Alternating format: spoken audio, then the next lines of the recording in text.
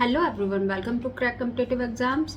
तो आज हम लोग अपना सेशन स्टार्ट करते हैं जो कि है जनरल अवेयरनेस के लिए। आज मैं आपके लिए जनरल अवेयरनेस से रिलेटेड, जो कि स्पेशली एजुकेशन फील्ड से रिलेटेड है, क्योंकि ईएमआरएस का आपने सिलेबस पढ़ा ही होगा कि general awareness related to education. मैं आज आपके लिए ऐसे 5 क्वेश्चन लेके आई हूँ जो कि ईएमआरएस में जनरल अवेयरनेस में मोस्ट एक्सपेक्टेड जनरल क्वेश्चन हैं। तो चलिए हम लोग स्टार्ट करते हैं अपने फर्स्ट क्वेश्चन के साथ। तो first question is which education institution was named after India's first PM? The options are JNU, BHU, DU और CIS। तो चलिए इसका आंसर करने के लिए मैं आपको 30 सेकेंड्स का टाइम देती हूँ।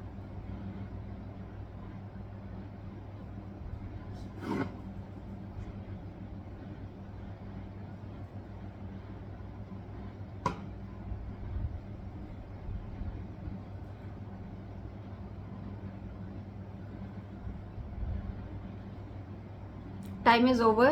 So the answer is Minister of State for Home Affairs Mr. Kiren Rijiju inaugurated the Special Center for Disaster Research at Jawaharlal Nehru University.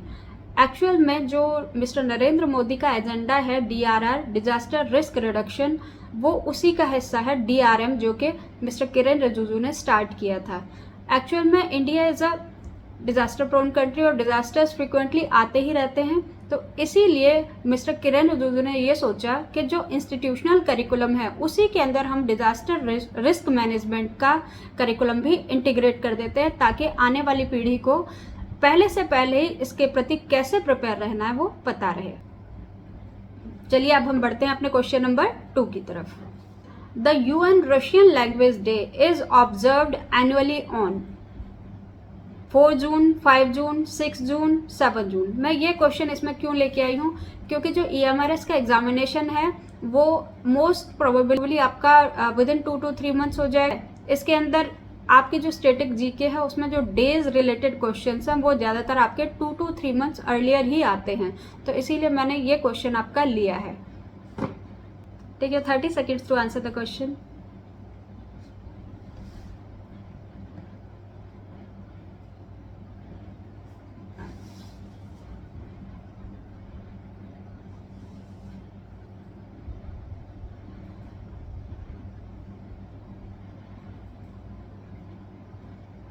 तो चलिए आपका 30 सेकेंड्स का टाइम ओवर होता है। The answer is the UN Russian language day is observed on 6th June. Actually, it is one of the official languages used by United Nations in its organizations. 6 जो उसकी official languages है उनमें से Russian language एक है।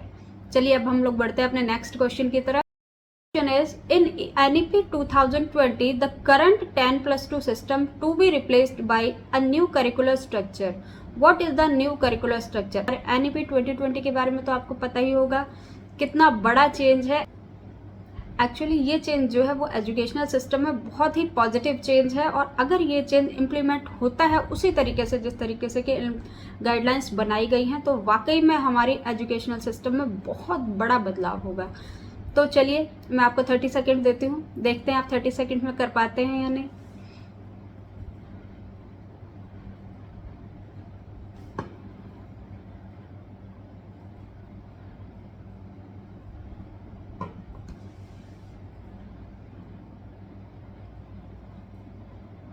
Okay, your 30 seconds are over. The answer is the 10+2 system is replaced by 5+3+3+4. First 5 years are 3 to 8, next 3 years are 8 to 11, next 3 years are 11 to 14 and next 4 years are 14 to 18 years. तो ये जो नया बदलाव है ये बहुत ही सकारात्मक सोच है गवर्नमेंट की। चलिए अब देखते हैं ये कब इम्प्लीमेंट होती है पूरी तरह से।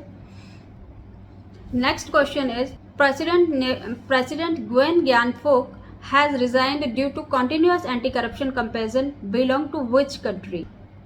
चलिए 30 सेकेंड्स में इसका आंसर दीजिए आप लोग।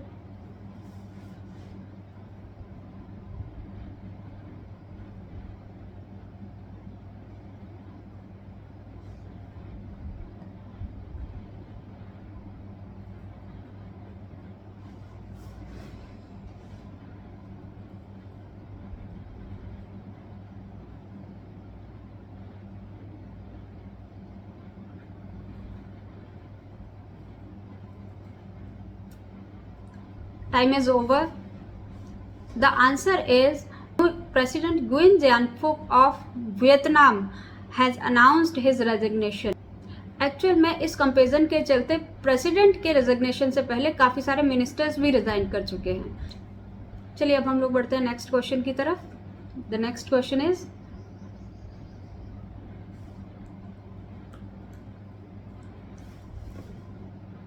Who is the final authority to interpret the constitution.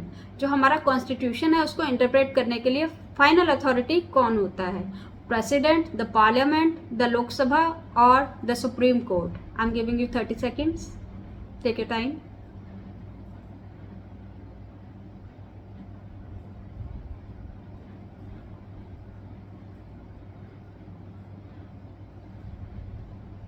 The time is over. Actually this question looks easy, लेकिन इस क्वेश्चन के पेपर में आने के पूरे चांसेस होते हैं. So the final authority is supreme court that has the authority to interpret the constitution.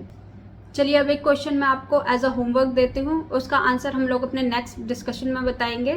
तब तक आप लोग ट्राई करने की कोशिश करिए और इसके बारे में डीप स्टडी करिए. कमेंट्स के जरिए मुझे ये बताइए आपने इसके बारे में क्या क्या इन्फॉर्मेशन कलेक्ट की है. The question is who is the writer of the book coaching beyond my days with Indian cricket team.